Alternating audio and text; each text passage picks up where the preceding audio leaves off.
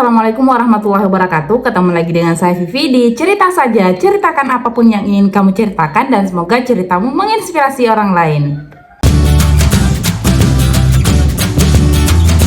Oke teman-teman, jadi saya seringkali mendapat keluhan dari klien atau beberapa teman-teman yang mengeluhkan, kenapa sih kita harus melakukan penelitian, kenapa harus melakukan penelitian dulu baru lulus, kenapa harus ada penelitian di dunia ini kalau semuanya ribet. Nah, kali ini saya ingin menjelaskan 3 poin penting tujuan dari sebuah penelitian. Oke teman-teman, jadi secara garis besar, tujuan dari sebuah penelitian itu ada 3. Yang pertama, membuktikan teori, yang kedua menemukan teori, yang ketiga mengembangkan.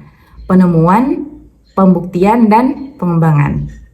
Nah, pembuktian ini yang paling banyak dilakukan. Misalnya, kita ingin membuktikan apakah benar hubungan antara ini itu kuat atau tidak, ataukah ada pengaruh dari hubungan variabel ini dengan variabel ini. Nah, itu proses pembuktiannya dengan menggunakan uji hipotesis. Jadi, dia tujuannya mau membuktikan apakah teori ini yang mengatakan bahwa misalnya kecemasan itu berpengaruh dengan hasil belajar. Nah, itulah yang kemudian dilakukan penelitian, didapatkan data-datanya, kemudian dilakukan pengujiannya, uji hipotesisnya, ternyata pembuktiannya ternyata oh iya, secara signifikan berpengaruh kecemasan dengan ini misalnya, ataukah variabel A terhadap variabel B ini berpengaruh. Jadi itu prosesnya pembuktian. Ada teori yang belum ditahu kepastiannya mungkin, atau ada hipotesa awal yang kemudian ingin dibuktikan apakah benar. Contohnya itu tadi, apakah ada pengaruh atau tidak, apakah ada hubungan atau tidak, atau semacam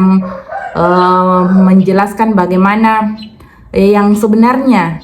Kan awalnya hanya mungkin begini, tapi dengan adanya penelitian ada namanya pembuktian, seperti itu. Selanjutnya adalah tujuan penelitian itu penemuan. Penemuan biasanya hal yang belum ada kemudian ditemukan, seperti itu. Iya, penemuan namanya seperti itu. Nah, umumnya ini biasanya digunakan peneliti kualitatif. Peneliti kualitatif biasanya bisa jadi menemukan teori baru dari hasil penelitiannya. Misalnya contohnya seperti ini.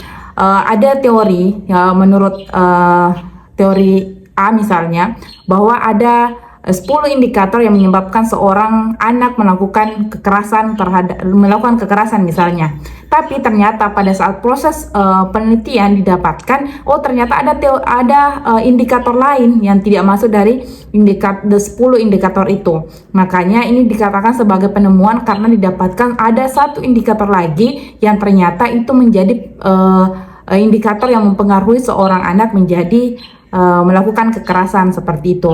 Ataukah teman-teman yang melakukan penelitian budaya kemudian menemukan keunikan-keunikan, menyampaikan keunikan-keunikan yang sebelumnya belum diketahui, belum terekspor. Nah, dengan melakukan penelitian kualitatif ini teman-teman dapat keunikan-keunikan lainnya, maka itu merupakan salah satu penemuan, seperti itu. Nah, untuk penelitian pengembangan umumnya dilakukan pada penelitian yang memang pengembangan, R&D, Research and Development. Jadi teman-teman yang melakukan penelitian pengembangan ini tujuannya bukan hanya membuktikan, bukan hanya ini, tapi melakukan pengembangan. Yang paling gampang contohnya itu pengembangan alat. Jadi dia mengatakan bahwa dia punya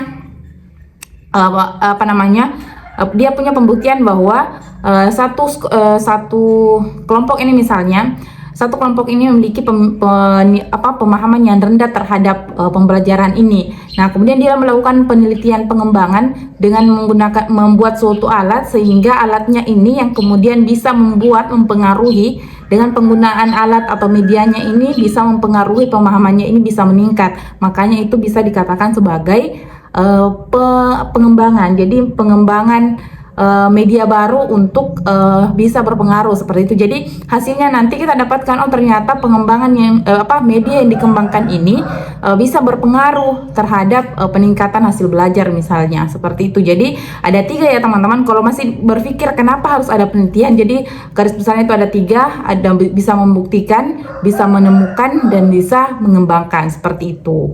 Penemuan teori, pembuktian teori, sama pengembangan, seperti itu.